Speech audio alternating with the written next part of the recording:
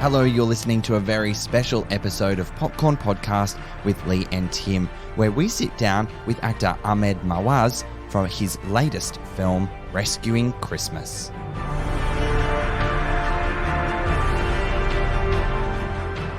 I'm Tim Ifland, movie buff. And I'm Lee Livingstone, entertainment journalist. And we love to talk all things movies. We do, Tim. So Rescuing Christmas stars Rachel Lee Cook as Erin, a woman who has lost all love for the holidays after a bad breakup the year before. When Santa's elves offer her 3 wishes in an effort to drum up some holiday spirit, she makes the mistake of wishing Christmas would disappear and wakes up to a world where the holiday never existed. That old chestnut roasting on an open fire. Very good, very good. Rescuing Christmas is directed by Emily Moss Wilson from a screenplay by Jim Head and Sarah Montana. The film stars Rachel Lee Cook, Sam Page, T. Michael Rambo, Ahmed Mawaz, Bailey Stender, and Patrick O'Brien. Listener, 'tis the season to be inundated with Christmas movies. From the classic Hallmark holiday films to twisted action-packed seasonal flicks such as Silent Night and Violent Night. And the greatest of all time, Die Hard. Die Hard, the Christmas movie.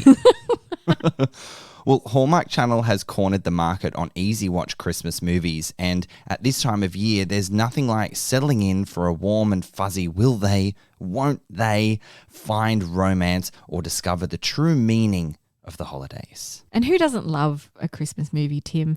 At Christmas, no less. No less. Bar humbug don't want to know you if you hate Christmas movies. So this year, Hallmark gifts us Rescuing Christmas, featuring our very special Popcorn Podcast guest for this episode, Ahmed Mawaz. He's an international actor, a man of the world, you might say, and he's starring opposite 90s icon Rachel Lee Cook as her character's self-absorbed ex-boyfriend. We've previously seen Mawaz in crime caper The Misfits with Pierce Brosnan and in Prime Video's The Terminal List opposite Chris Pratt. Ahmed Mawaz joins us to chat holiday traditions, the acting hustle, and adventures in fake snow. So let's take a listen. I don't hate Christmas. I just don't know how much more of it I can take. But I really wish Christmas would disappear. Thank you so much, Ahmed, for joining us on Popcorn Podcast. Your character in Rescuing Christmas has one of the funniest sounding names I think I've ever heard, Archibald Vickers. Yeah. Do you know why the writers Jim and Sarah picked that one?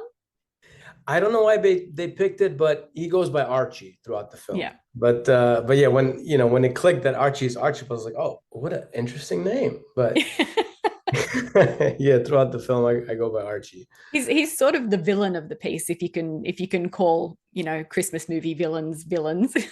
Yeah, I guess he might come off as a villain, but at the end of the day, I understand where he's coming from.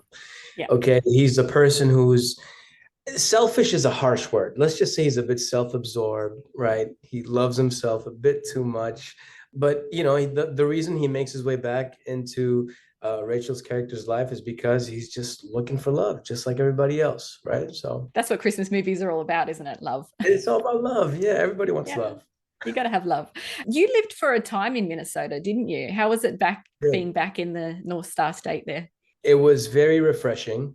I moved to Minnesota for college back in 2006, and I stayed there until 2014. So I graduated from college, I worked there, and then I moved to LA in 2014. So I think Minneapolis being the first state that I came to from overseas to the US, I call it home. Yeah. I've got my close friends. My brother lives there now. I've got my fraternity brothers there. So to me, and I have a home there too with my brother. Yeah. So to me, it is home, right? So when I found out that they were actually shooting in Duluth, which is about an hour and a half away, 2 hours away, it was great. I feel like I was home. I said, I don't need to rent a car. I'll take my car. And it was very, let's just say it was wholesome. Let's just put it that way. Because I left Minnesota to LA to pursue acting and entertainment, right, to get these big opportunities. And then once they sent me right back home for this project, I was like, this is amazing. Yeah, perfect. Must have been kismet, meant to be. Oh yeah. I was doing breakfast with friends, old friends, catching up with old friends. It was great. I had a good time. It sounds like a hard day at the office. Yeah. filming a Christmas movie can be quite a magical experience. Was it magical behind the scenes too? Can you share any sort of stories from working on set? Absolutely. I mean, I think you just have to give credit to the crew, right? When we're talking set design and like the decorations, it just felt so magical to a point where I tell people I had 2 Christmases this year, right? So that's the feeling. And when you're on set, when you're filming, there was that holiday spirit there, Yeah. which I really enjoyed. This was interesting. I remember the first day when I was going on set, I actually had a hot chocolate in my hand and I had a jacket. It was actually cold out there and I had a jacket, but they had the fake snow around, right? So they had the fake snow and everything. Yeah. And I remember when I stepped outside, I'm literally tiptoeing, afraid I might slip. And I was like, wait a second, it's not real. It's not real. I don't need to tiptoe. What am I doing? So Yeah. that's how good it was. Yeah, they did a great job. It looked fantastic. What time of year did you actually film? I think it was in April, sometime in April, coming off the winter season. The actual snow was starting to melt. It was still cold out there. We still needed jackets, but there wasn't any real snow. I had to check myself for a second. That just did a great job. We all grew up with Rachel Lee Cook on screen. What was it like working with someone of her caliber? It was a wonderful experience. It was very lovely. Her and I, we spent a lot of time, when we're not filming, had great conversations with her, telling about her experience. And obviously I had to bring up She's All That. What was it like working with Paul Walker? What was it like working with Freddie Prinze? It was, and she shared all these stories with me and it was wonderful. It was such a pleasure to work with her. I'd totally be down to do it again. She's a good friend.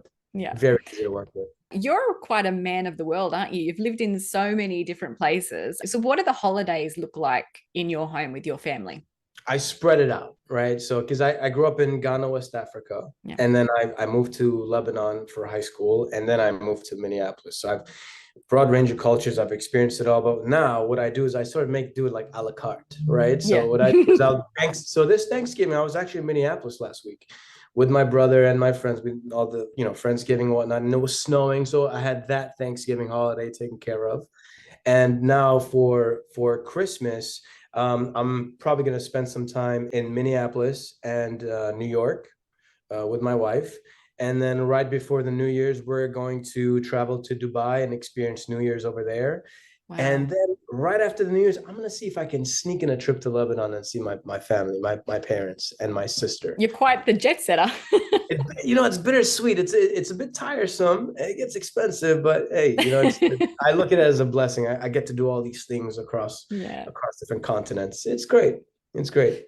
So what would you miss the most if your favorite holiday traditions magically disappeared, like in the movie? Oh, man, I would miss the get-togethers, and I would miss the valid excuses to cheat on my diets. Yeah. All the food. Yeah, when it's the holidays, you can't say no. There's no judgment-free zone. Everything is on the table. So I definitely miss that. I love my hot chocolates a lot. Yeah. No, who doesn't, man? Hot chocolate, yes. Yeah. You seem like a very goal-oriented person from my internet's research. What benchmarks have you set for yourself in the new year? My next goal is to work as a series regular on a television show, and it could be whether in the US or in the Middle East.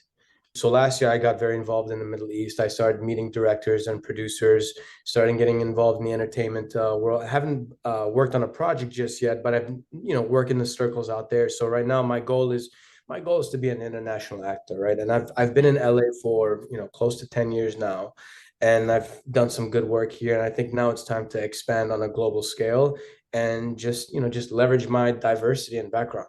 Are there any skills you're working on to sort of help that goal come to life? I have been taking classes on different accents. Please don't put me on the spot. Do one. I mean, it's quite difficult, isn't it? Yay! That was great. But yeah, so I've been doing that, and in terms of the work and preparation, I mean, I've got my coaches here. I haven't changed anything when I have auditions. I prep, I do the research, and I work with coaches. I mean, that thing is consistent. I try not to stop that because it's a muscle that needs to keep warm. Mm-hmm. I believe in that, so that's one thing that stays in place. But in addition to the accents, I have been trying to watch some Arabic films as well, just to get that dialect. Because now when I go overseas, they could tell I'm a foreigner. Easy.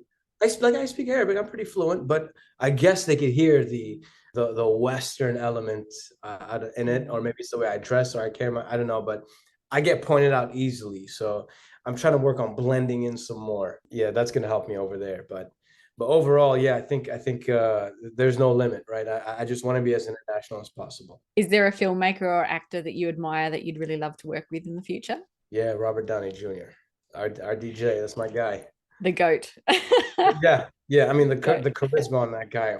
What? Yeah. You know, I'd love to be in a scene with them. They just say action and just watch what happens, what comes out of them. It's incredible. Yeah. We'll manifest it for you. Looking ahead, what's next for you? Are there any sort of genres or types of roles you want to explore in the future? Yeah, I mean, I love dramas. The reason I love cinema is you get to experience different walks of life. You get to learn about different people, and it can be an educational experience for me and for the audience, right? So the type of movies I hope to make in the future are either, you know, autobiographies or more, not period pieces, but socially conscious films that sort of relay stories and give people different perspectives of situations that have happened in the past. So more on a drama side, I'd say. Yeah, and more that sort of international, like character-driven stuff. Yeah. Sounds awesome. Thank you so much, Amit. I really appreciate your time today, and good luck with everything. We hope to have you back on the podcast again for your next project. I appreciate you. Thank you so much. I did a very silly thing. I made a wish that Christmas would disappear. Let's give the people what they don't know they want. This is a man who is going places, right? You know, literally and figuratively, because he's constantly jet setting all over the world. No doubt he's going to be working as hard as his passport does in the very near future. I want to know if he's got any Qantas frequent flyer points he can just throw my way, put them to good use. and he's so charismatic. Who is throwing that one to the curb? Rachel Lee Cook, aka Erin, we're looking at you, girl. Yeah. How dare you, girl? We hope you enjoyed this special episode of Popcorn Podcast where we chatted Rescuing Christmas with Ahmed Mawaz. And if you want to check out Rescuing Christmas, it's streaming on Hallmark Movies now from December 7. Well, I think that's it, Tim, for another episode of Popcorn Podcast. You know, I just love talking Christmas, and a great conversation you had with Ahmed Lee. Well, as always, friends, thank you so much for listening. We'll catch you next time. We are now on YouTube, where you will find our latest celebrity video interviews. Simply search Popcorn Podcast with Lee and Tim and make sure you subscribe so you don't miss a thing.